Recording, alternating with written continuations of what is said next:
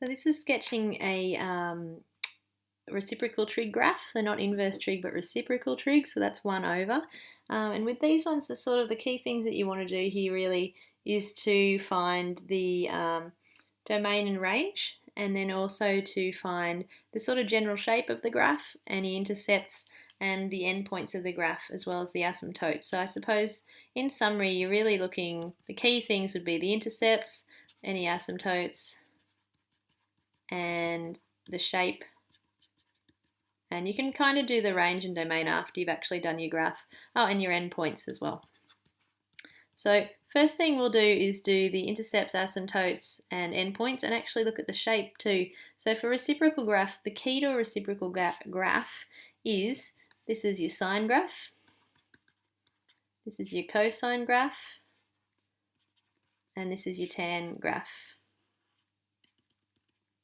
That's pi on 2 there. The reciprocals, which I can do in red, are always, wherever there is an intercept in the regular graph, there is going to be an asymptote there. So the asymptotes with tan actually move along a little bit, move over pi on 2. And also, so this is for cosec, it's basically flipped over. So instead of having this look about it, it's flipped like that. And the key thing, and again here with the cosine, actually with that one, sort of like that. And with the tan, it's actually flipped backwards along, oops, do that a bit better, and goes through where the old asymptote used to be, like that. So it's backwards in terms of its shape. This is what cos x would be, the dark colour. Tan x would be the dark colour. So they're reciprocals. This is sec, and this is cot. In terms of what you might notice here, the ranges, I do this in light blue, always go from the maximum and the minimum of your original graph out. So wherever the maximum and minimum is, that's where your graph goes away from, like that. Okay, it's a bit harder to show with tan, it's just kind of opposite. So that's going to help us out in terms of the shape. So the first thing is we know this is a cosec, so it's going to be this kind of shape, something like this going on with some asymptotes. That's what we're looking for. So the first thing we'll do is find our intercepts. So for our intercepts, let's find our x-intercept, first of all. So let y equal 0. Now there may be multiple ones of this. So for our x-ints, what I'm going to do is put 0 equals cosec x plus pi on 4 plus 2. Bring the 2 over, becomes a negative 2. Cosec is the same as 1 over sine. So I'm just going to re-express this. And now because that's not very fun to work with, we can flip this over. But if we do that, we also have to flip this over. And flipping a negative 2, it's implied that there's a 1 underneath. So this now becomes negative a half equals sine of x plus pi on 4. Now what we need to do is think in terms of our triangle, sine of what angle gives us a half, and that's the opposite angle. And because this is negative a half, it could be here or it could be here. So it really has, we have a couple of options for where that could be. Okay, so in terms of where we'd go, we could have the answer here. So for what this angle would be, the angle, so remember the angle is inside the sine, it could be negative pi on 6, it could be negative 5 pi on 6, it could be 7 pi on 6 as well, going around this way, or negative 5 pi on 6, 11 pi on 6. There's quite a few options, okay, but the key thing here is that we need to keep in this interval. So if we think, oh, we have to be in between 0 and 2 pi, what you'll find is if you actually take away pi on 4, this will be too small. It's not going to work. These ones might work though. So let's carry on with that. So we've now got x equals 7 pi on 6, take away pi on 4. And also, and I might put these just over here, I'll just move this down a bit. That's quite useful. And then we've got, and x equals 11 pi on 6, take away pi on 4. Now what you'll find with those two, if you actually get things to be over a common denominator, is that you'll get two values there. You can make them both over 24, and then they'll cancel down. This one becomes 11 pi on 12, and this one here becomes 19 pi on 12. You can also do that, using your CAS. So I just did that in the CAS there.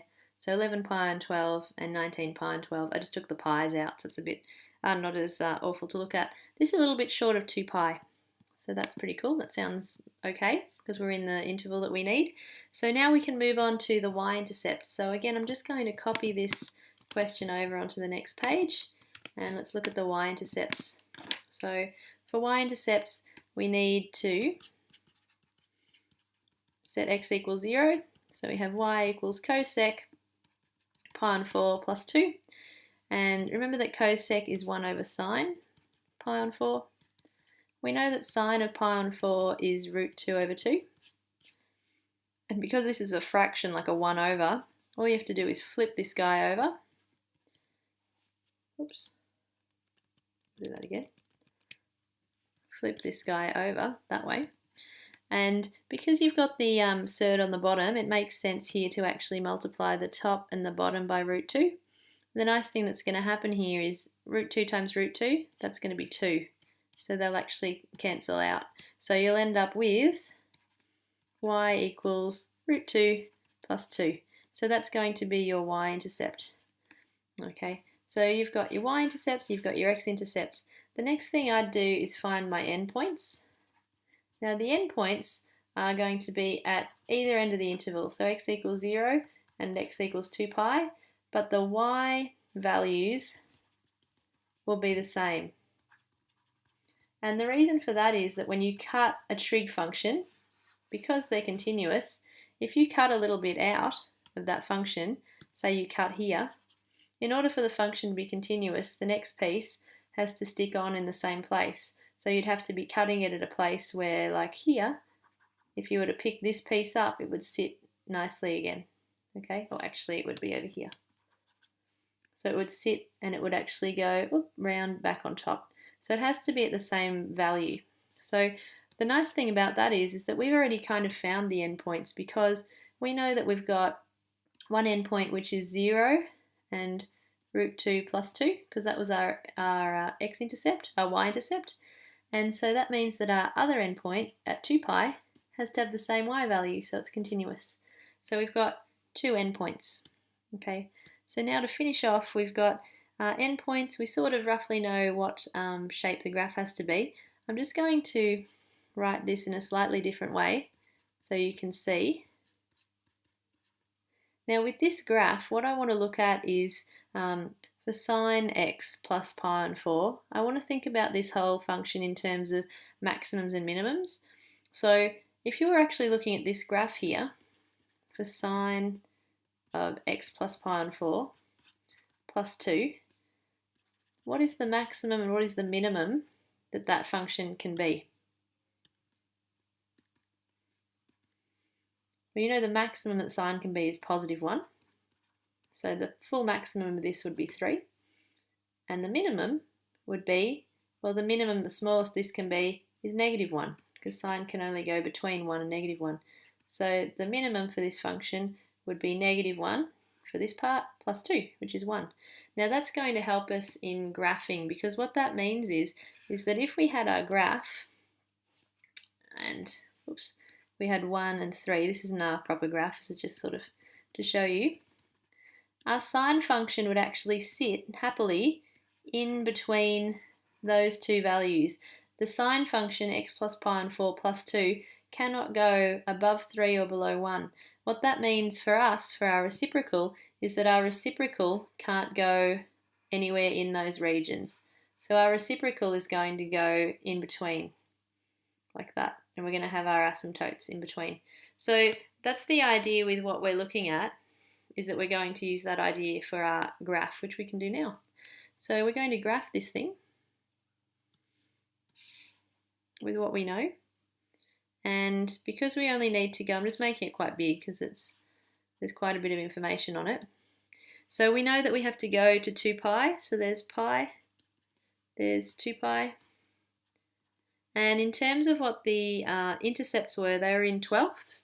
So it probably makes sense to divide this up into 6. So maybe divide each of these up into 6ths. So there's a half and then 3 pieces in there. So they're all 6ths. So this is pi on 3. this is pi on 2 here, and this is 3 pi on 2. And these are all pi on 3 intervals, so that's 3 pi on 6, 3 pi, well, this would be 6 pi on 6 here because it's split up into 6 pieces. And we know that it's going to be useful to look at 1, 2, 3, 4. We don't really need the bottom half, to be honest, but I'll just put it there. Y and X. And if we go back, we can start putting in the information that we know. The first thing is we know the x-intercepts. They're at 11 pi on 12 and 19 pi on 12. Now 11 pi on 12 is just short of pi, because that would be pi on 12, 2, 3, 4, 5, 6, 7, 8, 9, 10, 11, and 19, which is going to be, this is 12 pi on 12, 12, 13, 14, 15, 16, 17, 18, 19, so about there. So we've got our two intercepts, and I'm just going to label them. So we've got an intercept there at 11 pi on 12 and 19 pi on 12. Okay, so we've got that happening. So the other thing we're going to look at is putting in the y-intercept, root 2 plus 2. I'm just going to put what that is sort of roughly so I know. Root 2 plus 2, and then approximately equals 3.4. So let's mark that in at about 3.5, a little bit under 3.5, so about there. That's going to be an intercept, and it will also be an endpoint as well, so it'll be in the same, that's sitting there. And I'm just going to mark that, so 2 pi, and that was root 2 plus 2, and this is 0, root 2 plus 2. So there my y-intercept's done, my x-intercept's done, my endpoint's done. So now all we need to do is actually put the kind of basic shape in. We've done that, we know the basic shape. We do need to know the asymptotes. So let's put those asymptotes in. So if we think about for our function, we've got y equals 1 on sine, x plus pi on 4 plus 2. The asymptotes are going to be when that denominator, sine of x plus pi on, that should be a 4 there, pi on 4 equals 0. So again, we just need to think, okay, what values are there that satisfy that equation? And what I'll do, I'll just put this on the next page, so give ourselves a bit of room for our asymptotes. So if we look at that, we've got, all right, x plus pi on 4 has to be, what values for sine give us 0? Well, 0, and also pi and 2 pi. And now what we can do is take pi on 4 away. Now remember that this would be 3 pi on 4, and this would be 8 pi on 4, so 7 pi on 4. Alright, so we've got those intercepts, those asymptotes there. This one doesn't make sense because it's outside of our domain, so we only need these two. So 3 pi on 4 and 7 pi on 4 are where our asymptotes will be. So I'll pick that up, put that back, because that's quite useful. We're nearly there. There's quite a lot to sketch on this one. And we'll put the asymptotes in red. So pi on 4 is, if you were to divide this interval up in half, and then there's pi on 4 there and 3 pi on 4, so it's about there. So putting an asymptote in. And it's a good idea to label this, so vertical asymptote equals 3 pi on 4. And the other one's at 7 pi on 4. So there's pi, 2 pi, there's halfway again. So that would be pi, 5 pi, 6 pi, 7 pi on 4, which would be here. And again, vertical asymptote, VA, and I should say x. Let's do x equals 7 pi on 4. Okay, and now to finish off, we can actually put our graph in. Now, this part here that we looked at for maximums and minimums, this tells us where we're reflecting off this sine graph. The sine graph would have occurred between 1 and 3. So that means, and you can draw this in sort of a grey lead, because it's not really an asymptote, because your function will actually touch it.